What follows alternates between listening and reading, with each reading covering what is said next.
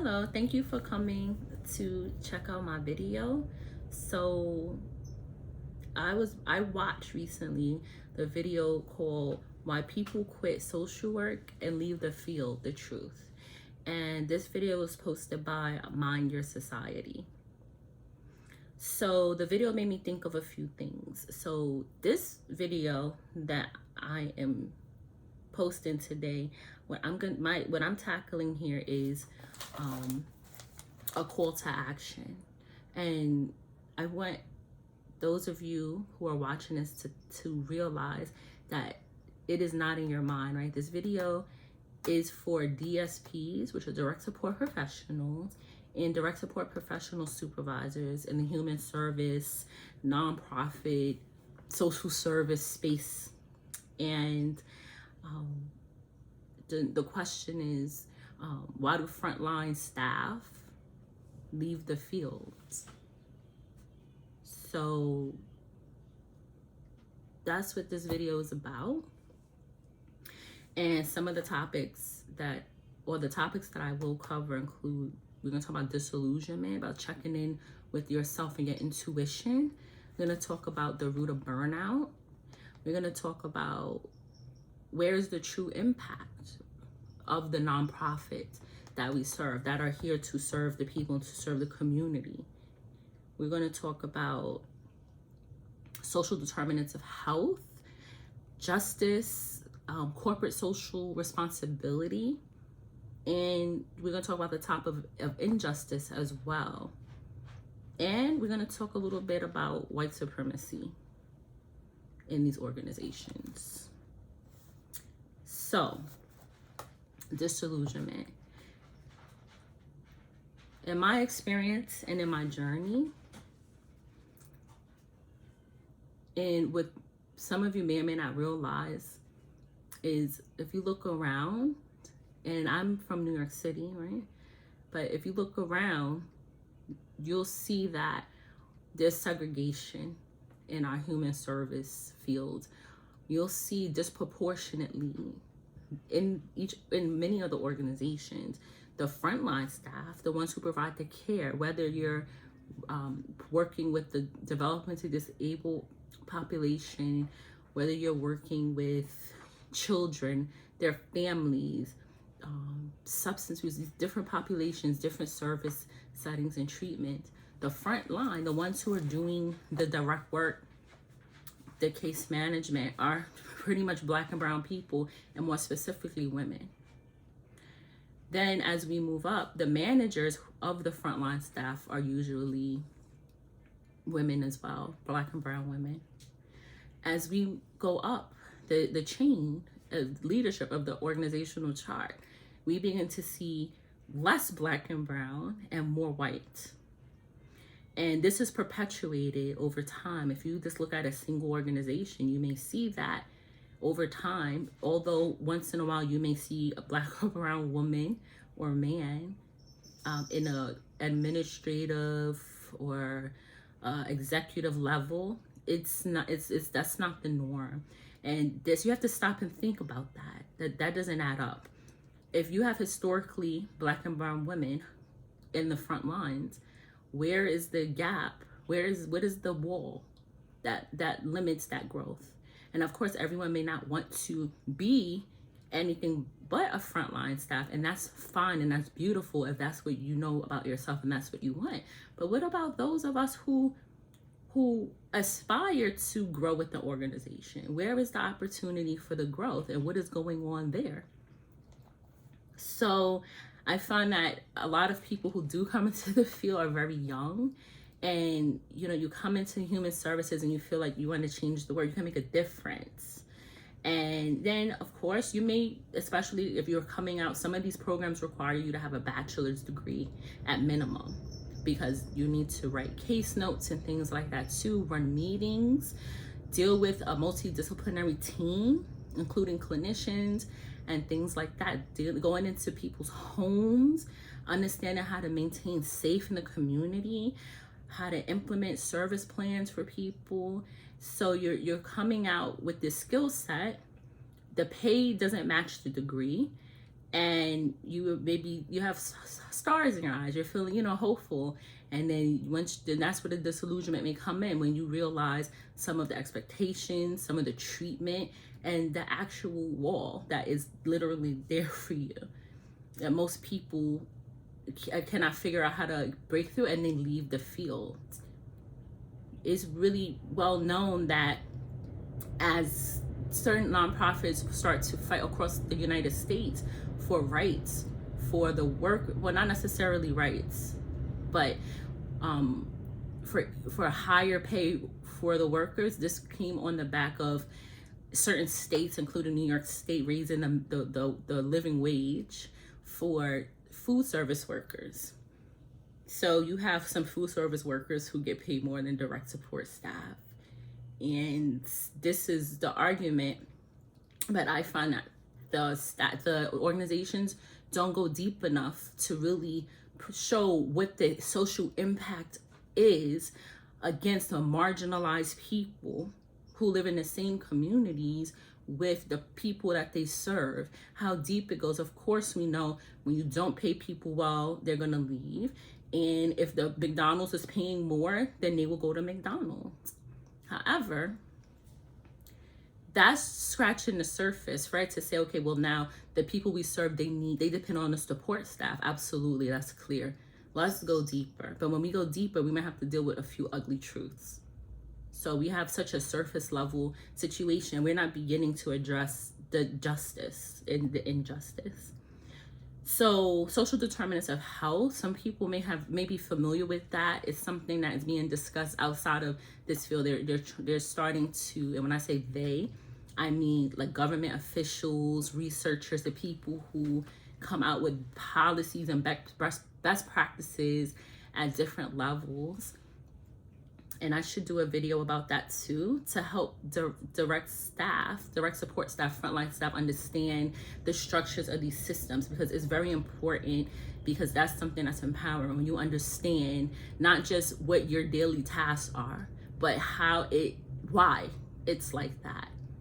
And once you get more knowledge of that, makes you powerful, and then you understand where to move next and how to move next, right? So social determinants of health means that things like education, things like the neighborhood that you live in, the supermarkets around you, the environment itself, the jobs available to you, the climate, right? All these things are geographically, just everything that touches our lives, that our existence and livelihood depends on. I'll put it like that. All of those things impact your health. So that's something that I would like to do a video on too, is social determinants of health, to really help people understand the magnitude, how deep this is, and how large of a conversation that this is. So now, corporate social responsibility, right? There's some expectation these days, as we have this shift in this world over the past few years, of people wanting to see big corporations treat their communities better. And that's all over the world. So now for a second, I'm not talking about nonprofits. I'm talking about large corporations like Walmart and Target, things like large corporate, you'll call multinational corporations. The term corporate social responsibility means if they are using low wages, let's say a company's making sneakers, and they're selling in the United States for $200, but they have workers outsourced outside of this country making a few cents to make them, and then you have whistleblowers who call them out. These watchdogs call them out and say, hey, this is injustice, this is inhumane. And then what they have to do is, once they're exposed, is come up with something to try to remedy that. Right? I'm making it very plain and simple for the sake of that I want to focus on the nonprofit field, but that basically that's what it is. Now, when you think about in the nonprofit field, let's talk about social responsibility, because the point of really nonprofits do not belong to the leadership. A nonprofit belongs to the people that it serves. So you may not realize this, but a director, an executive director, someone who founded a nonprofit can actually get put out of it. They can essentially be fired and replaced, even if they're the ones who filed to start the nonprofit, because the place belongs to the people it serves. And that's something that we don't hear enough of. Now, the people that it serves usually are the people in the local community. And to be very real, think about this.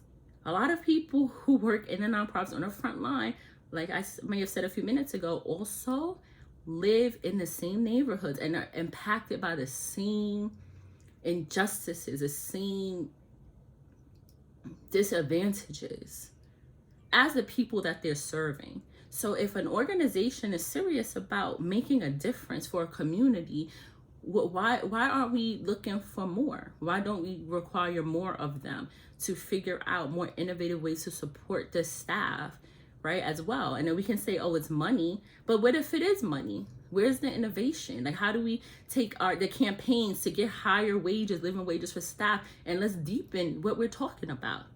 Beyond that, we need people to support people with disabilities, to work with our children. We know that we need that. But sometimes those children are literally our children. They are literally our actual neighbors, and we are all struggling. So what the danger to me is an organization, a nonprofit organization that belongs to the people that they serve, who come into the neighborhoods. The people who run it do not try to connect to the people who live in the neighborhood, and the money that they make, the things they do, keeps people where they are. And that may be a little controversial of a statement, but I want you to think about it. I want people to think about that. And I'm going to leave that part of the conversation right there for now. The other thing that I want to bring with saying all that is the concept of white supremacy. That can be its own video as well. But I want you to know, those of you who are watching, who are the Black and brown women who are on the front lines every day, who literally put their names on the line to support people, knowing how the system works, you know, when things, the way things work, which is a whole nother video as well, knowing what can happen, that what you feel in your day-to-day, sometimes about knowing the risk you take, knowing that sometimes the systems inside keep maybe controlling you that are not actually to your advantage in each organization sometimes, right? That's not your imagination. And it's time to check in with yourself and realize that some of those things that you feel, like some of the things I said resonated with you. I want you to think about that and let that sit with you a little bit, and watch the video again. I touched on a lot of different topics in that, and I want you to just watch it again and think about it for yourself, because sometimes we don't realize what's going on around us. Sometimes we can be so happy-go-lucky and then wonder why, how am I in this situation? This is not what I went, this is not how I saw it. What am I supposed to do now? But knowing that knowing that what you feel is real. So, and again, so this video is a call to action, and I just want you to know that it is not in your mind, and to start connecting to your gut and really thinking about the state of the environment and the crisis that we really do have in our human service fields, social services, our nonprofit world, whatever your type, DSP, frontline supervisor, whatever type of specialist, the different varying titles. But in the United States, pretty much frontline, with certain populations, they call DSP, because they're trying to standardize the language, make it more universal, so everybody starts to speak the same language, which I think is good. So, like and subscribe to my channel.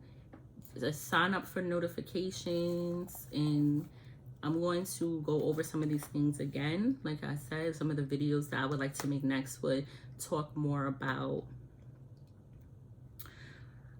the disillusionment and just your journey, right? It's connecting to, like, there's something inside, when the things that I said, something inside was like, ooh, yeah, that right there, that part, you know, just sitting on that. And then when you go to work, the next time you're in the workspace, to start looking around, using a different lens to process. And then another video that I would like to do is to talk about, what do you do once you've done that and you've scanned your environment and such a situation? What's next after you've checked in with yourself? So I want you to let me know in the comments, did any of this resonate with you?